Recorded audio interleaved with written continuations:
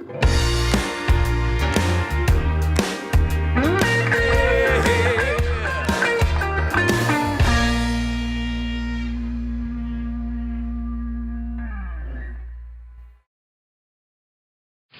of things now related to pre-made or existing glazes that are already existing. Now you've made up your glaze.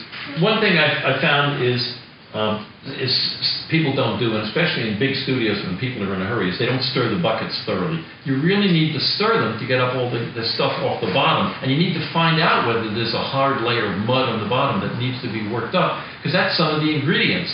And one of the things that happens is when you stir the glaze, sometimes different ingredients settle out first, like rutile is famous for that.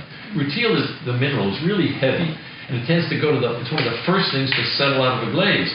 So if you have a glaze where the rutile is an important colorant in the glaze, it's going to form a hard layer on the bottom of the bucket, and if you don't get it up into the glaze, your glaze is going to look fine, but the color or the optical effect is not going to be the same because all the rutile is stuck on the bottom. The other thing I suggested is, if you're using commercial glazes in a jar, don't shake them, stir them, because shaking them doesn't do adequate mixing. What happens with commercial glazes in jars is the gum, that's the brushing aid, tends to rise to the top, and shaking doesn't adequately mix it. So you end up with a lot of gum at the top and less glaze. The glaze looks thick, but you've actually got a lot of gum and not much glaze. And at the bottom of the jar, you don't have much gum, but you've got a lot of glaze. So you can't thoroughly mix a glaze, but everybody pick it up and shake it. Don't shake it, stir it. And you've got to make a point of bringing up the glaze from the bottom. This is true of underglazes also, because the glaze tends to float, the gum tends to float to the top. And it looks nice and thick and creamy, but you got a lot more gum than you do glaze. So then you go to brush it on, you go, gee, it isn't as dark color as I thought it was, because it's mostly gum. So stir them and bring it up from the bottom when you stir it. It really makes a difference. And so then, even if you don't do the specific gravity thing, you know the old finger test? I found over the years that really works really well. I'll stir the glaze and I dip my finger in it. And the idea is you dip your finger in, and you want it to, when you dip your finger in, you want to be able to see the line around your fingernail, and you want to be able to see the wrinkles or the creases in your finger through the glaze. If you can't, the glaze is too thick. So I found if I dip my finger in, and I can see the coating, but I can see some of the detail on my finger, whether it's cone 6 or cone 10 or whatever, that's just about a perfect thickness. It just about works, and your finger has to be dry, by the way. Okay, dry finger. So you dip your dry finger in, and I found it to be, even though it seems so common, but it seems to be a really reliable test. So I'll do that all the time. I'll dip it in, and especially if you're working in a studio where there are other people, or you don't have direct control over the glazes, it's really a good idea before you stick your first pot in it to see what the consistency of the glaze is. Is it watery? Is it about right? And if not, either you have to go to somebody and say, hey, can we do something about this glaze? If you're not in control, or if you're you can make adjustments. But I found it's really, really handy. So now you've got a bucket of glaze, and if the glaze appears thin, you stir it up, and it seems to be watery. The first temptation might be to take some of the water off. Don't flocculate the glaze, because that's the effect. When the glaze becomes deflocculated, it tends to look more watery and runnier than in the wet stage than it normally would be. So, and again, if it's your own glaze, you can do something about it, great. If not, then talk to somebody in the studio if you can. But that's what happens is don't take the water off. And the thing is, if you flocculate the glaze, and it is the fact that it has too much water, you don't hurt the glaze. You're not hurting the glaze at all. If you try to flocculate it and nothing much happens and it's still watery, then it probably does have too much water. I saw this. I was down at Glen Echo for years. And sometimes you'd get people, even though everybody knew they weren't supposed to touch the glazes, somebody would come and go, it's too dry, I'll add a little more water. So you had things happening to the glaze that you never knew, which is why you checked them before you used them. But if the glaze appears watery, your first reaction should be not to get rid of the water, flocculate the glaze. And you flocculate it by? Epsom salts. There you go. Epsom salt. And again, this goes back also, is you don't need to automatically put Epsom salts in any glaze recipe. I've seen recipes where they include the Epsom salts. Don't do it. Because most glazes, when you make them up, are automatically flocculated when you first make them. Usually what happens with time, they become deflocculated. And you always want to add the Epsom salts just by trying by the amount you need. You don't know. There's no way to tell how much you need to bring it back. So you add a little bit, you stir it, you add a little bit more, you stir it, and you'll see it. And it's dramatic if you've ever done this. When you add the Epsom salt, to a glaze that's gotten deflocculated, you add a little Epsom salts, and all of a sudden it gets noticeably creamier, like latex paint. And when you stir the whole bucket, the creaminess goes away, you're done. I mean, typically in a 10, 15 gallon bucket of glaze, you might add 2 or 3 teaspoons of Epsom salt solution. You don't add the powder, you always add solution, you make a liquid of it. I keep a little jar of, like a pickle jar, with water and Epsom salts, and you put in excess Epsom salts so that there's a layer on the bottom that hasn't dissolved, and that's why it always keeps the same composition, it always keeps the same strength. Okay, one final comment on pre-existing glazes. Again, a lot of this came from my experience at Glen Echo, is don't scrape the glaze that's sticking to the side of the bucket back into the bucket. Because all you're going to do is make lumps. And I've also had people say that, no, that when you're cleaning off your pot, if you have extra glaze, clean it off over the bucket to save the glaze. Don't do that either, because you're just making lumps. So you've gone to all this care to screen the glaze and get rid of lumps, and then you scrape the dried glaze off the side or shave it in there, and you're making more lumps. So what I do is I let that stuff build up on the side. Matter of fact, I try to be careful not to knock it into the glaze. And then when I make up a new batch of glaze, then I scrape it off and process it and run it back through the screen and clean out the bucket. But don't, I actually go out of my way not to knock the stuff off the wall into the bucket to make lumps. Surface preparation. So now you've got your glazes, and just, you probably all know about resists, like using wax resist. And there also, which is, but there's also, have you all or any of you used latex resist? It's a removable resist. It's really handy if you're glazing and you want to cover a protective surface from glaze, and then go back and do some more glazing and put glaze where you had the resist. Is you buy latex resist and you paint it on, let it dry, and then you can do some glazing. Then you can peel the latex off and go back and put glaze where the rubber, the latex rubber was before. So it's a removable resist. It's really handy in some cases. Versus wax, which is kind of, it has to be burned off. A couple of recommendations. I found it really useful. Okay, I've got my bucket of glaze, it's ready to go, and I've got my bisqueware. Is I always damp sponge the bisqueware before I glaze it. I always do, and it does 2 things. If there's any dust on the surface, it gets rid of the dust, and dust is another one of the things that can lead to crawling. Okay, but even if you pre-wash the pots, it's still a good idea. Pre-dampen the pot before slightly with a sponge, because what that does is there's a feature called wetting, where the glaze is water, and it won't necessarily actually make the surface of the pot wet when it first touches it. And you've all probably seen this in, like, when it first starts to rain and you look at your car, the water doesn't flow all over the car right away. It beads up and forms little puddles. That's a matter because the water, the rain is not actually getting the surface of the car actually wet. It takes or you notice the same thing. I've noticed this a lot when I'm driving along a road where there's dirt on the shoulder, and when it starts to rain, you get these little blobs of water, but it doesn't turn to mud right away. That's the same thing that happens when you dip your pot in the glaze. The glaze on a tiny little level doesn't actually want to get wet right away. So if you pre-dampen the pot with a sponge, water loves water. So it actually helps the glaze wet the pot. It's called wetting. It actually helps the glaze wet the pot, and you'll get a better glaze application if the surface of the pot is ever so slightly damp. Not wet, but ever so slightly damp before it contacts the glaze. And along with this, you can also control, and this goes back to Judith's question in a way, you can control the glaze thickness by pre-wetting the pot. So suppose you've got a glaze that's too thick. And again, this is in a studio maybe where you don't have control of the glaze, and the glaze does not have enough water in it. So if you dip your glaze in it, you're going to get a really thick glaze application.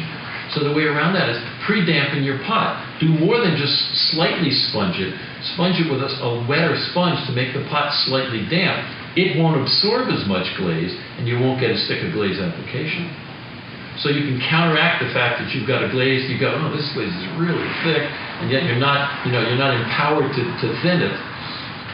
Is just pre-dampen your pot more. Wet it, and then let it sit for a couple of minutes so the water soaks in. But it won't be as absorbent, and therefore it won't pull as thick a layer onto the pot. So you can compensate for that a little bit. Another hint here is if you have a pot that's textured, that especially has like fine grooves or little holes or something into it, before you dip it in the glaze, paint some glaze into those depressions. Because the problem is, here we go, my board thing. If I have a highly textured surface, and let's say I've done some carving, and let's say here's my glaze surface, and I actually have something like a V groove. I mean, this is microscopic, but a tiny little tiny little groove in the surface. And when I dip this in the glaze, I'm going to trap air in here. I can't, when this all of a sudden hits the liquid glaze, this cannot penetrate in here and displace. So I'm going to end up with a little air bubble in here, which means that when it dries, the bottom of the groove is not glazed.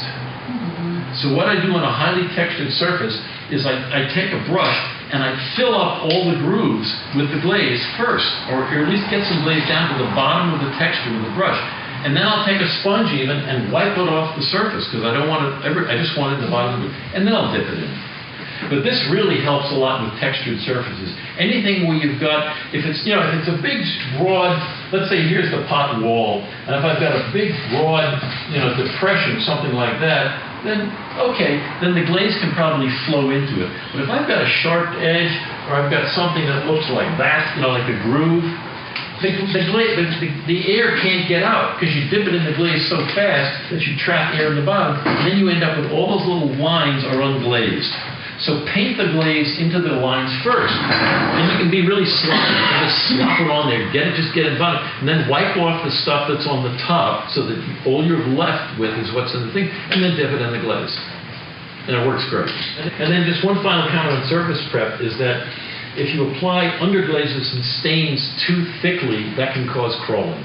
Another one of the multitudinous things that can cause crawling, because underglazes and stains were really only supposed to be applied for the color effect, and a lot of them are the word is refractory, means they're very resistant, they don't melt, they don't do anything, and they actually almost like Teflon for glazes. So, and like chromium is a bad one, like a lot of cobalt. If you do like cobalt decoration, cobalt oxide on a pot, or cobalt bearing underglaze, and you put it on too thick, the glaze will crawl when it glazes over, because it can't, the glaze, again, when it melts, it doesn't want to stick to that metal. The stain resists it, so it crawls. So you want to keep your underglazes and stains thin. It's especially true with green chromium oxide or with cobalt. They can cause crawling. Now iron almost never does it, because iron wants to react with everything. But the cobalt and the chromium a lot of times don't.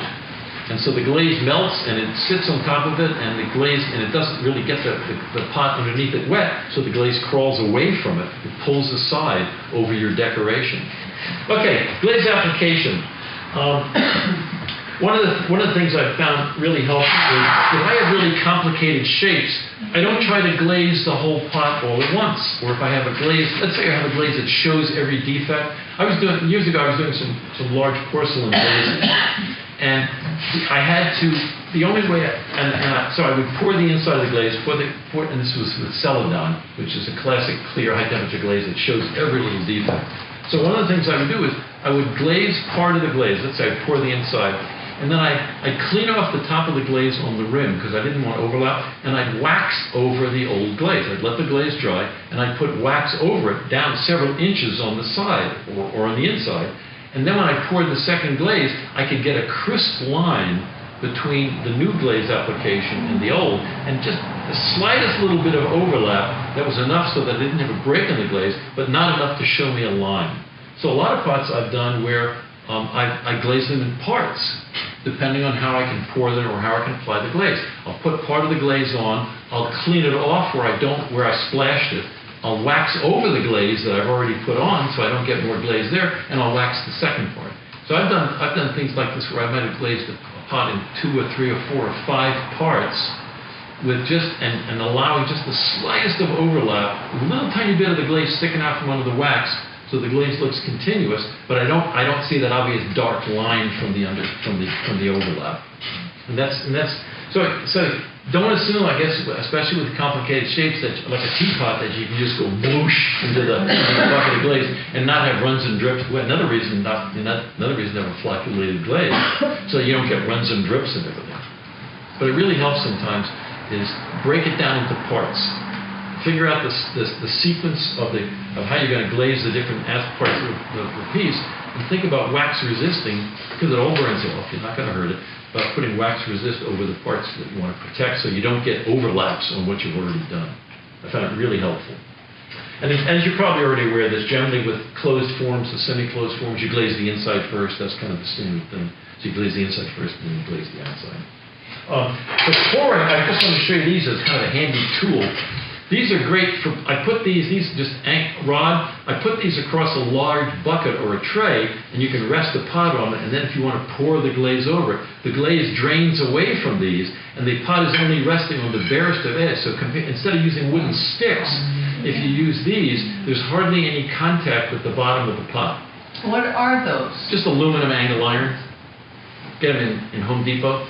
And I just cut them long enough to go across whatever my glazing pan is, and so you don't end up with some ugly blobs on the bottom from sitting on a stick. The glaze just drains right off these things. Okay, handy. Overlaps. Generally what I recommend is don't wait for the first color to dry before you add the second color. That's another cause of crawling. What can happen, not all of it, the water from the second glaze soaks into the first glaze and loosens the point where it's attached to the pot, and then both glazes crawl. So it really helps is I let the first glaze get partially dry, to the point where it's handleable. When you dip the glaze in, or you get it where the shine goes away, and now you can completely handle it as long as you're gentle. It's not sticky or wet anymore. And then I put the second glaze on then, because there's still water there, and I'm less likely to loosen that bond with the glaze underneath. Okay, because the crawling is caused. It shows up in the firing, but the crawling is caused by the loss of the bond between the dried glaze and the pot underneath. That's the underlying cause. So anything that can cause that is gonna make it easier for crawling to happen. Whether it's dust or dirt or oil or water soaking through and loosening the bond, or if you have here's another. They're weird combinations. But the first glaze I put on the pot has a lot of clay in it, but it's dry. So now I put the second glaze on it. Well, when the water hits the first glaze, the clay swells. The clay absorbs the water that's in the glaze, and it swells, and it moves a little bit. It swells and expands, and when it does that, it loosens the bond. It loosens its attachment to the surface underneath. And the problem is, it looks great. I think, I got a great glaze application. And then when you fire it, then the crawling shows up. Well, the crawling happened when you overlap the glazes. Oh, and one other thing to think about is, when you're doing overlaps, is that you might have two glazes that by themselves fire perfectly, and now you overlap them, and now the glaze runs. Because you can essentially, unless if they mix at all, you've created a third glaze. You've got two different compositions, and if those two glazes can mix when they melt, you don't have two glazes, you've got a new glaze, you've got a third glaze there. And that third glaze may very well run at the temperatures, even though the other two don't. Just one other comment, if you're looking for clear glazes, to avoid cloudiness in cone 6 or 06 glazes, apply them thin. Because most cone 6 and 06 glazes contain some kind of borates, which tend to make glazes cloudy or milky if they're thick. So there's no reason for clear glazes to be thick. All you're trying to do is seal the surface and make a transparent coating. So you don't need to have a thick layer. So if you tend to have a glaze that tends to make a little cloudiness, try applying it a little thinner. Okay, glaze cleanup or touch-up. Sometimes when you finish your glaze piece and you've got finger marks or something you want to touch up, and you've been dipping or pouring the glaze, but you can't brush it on because you dip the brush in and you go to touch and you end up with a blob. This is what you use. You take a little bit. This is the cheapest. I'm going to hide the brand since this is going in. This is very inexpensive maple syrup, and the thing that's good about it is there's nothing in it that's good for you. It's artificial flavor, artificial color, artificial sweetener, but the biggest thing is it's cellulose gum, which is exactly what you want. This is a gum. And so what I'll do is, let's say I have a pot I want to touch up, I'll take a little bit of the glaze, like 2 teaspoons, and put it in a dish, and I'll add 1 drop of maple syrup to it. And immediately it becomes like latex paint. It's brushable, you can spread it, you can smear it out. So I can put a nice little delicate touch-up spot without getting a big blob of glaze. So what I do is I go into the grocery store and I look for maple syrup and I look at the ingredients. And if you look at the ingredients, the third ingredient, this is water, sorbitol, which is artificial sweetener. The third ingredient is cellulose gum. Well, that's exactly what I want. I want a solution of cellulose gum in water. Here it is, except it happens to have maple flavoring with it. You know, I literally will put in like one little dish of it, and you need like one drop, and it immediately makes it brushable, and it's great because you don't get that blob that you do when you try to touch the brush, and all the water is absorbed, and all the glaze is absorbed right there the minute you touch it to the pot, and you can put on very nice thin coatings of that. The other thing is, if you've ever, when you do when you get some little blobs of glaze and you rub them off with your finger, make sure the glaze is completely dry before you try to rub them. Because if the glaze is really dry, they sand off beautifully. But if it's slightly damp, you just end up almost sort of polishing them. Yeah. So you've got to be patient again and let them dry completely before you do that little finger sanding trick. Okay. Glaze firing. I really recommend, I can't recommend any strongly, but use cones. Don't follow the temperature. Temperatures don't mean anything with respect to firing a glaze. You really need to use cones, because just the same way when we talked about the clay and the glaze, they need time and temperature to mature adequately, which is the only, that's what cones reflect.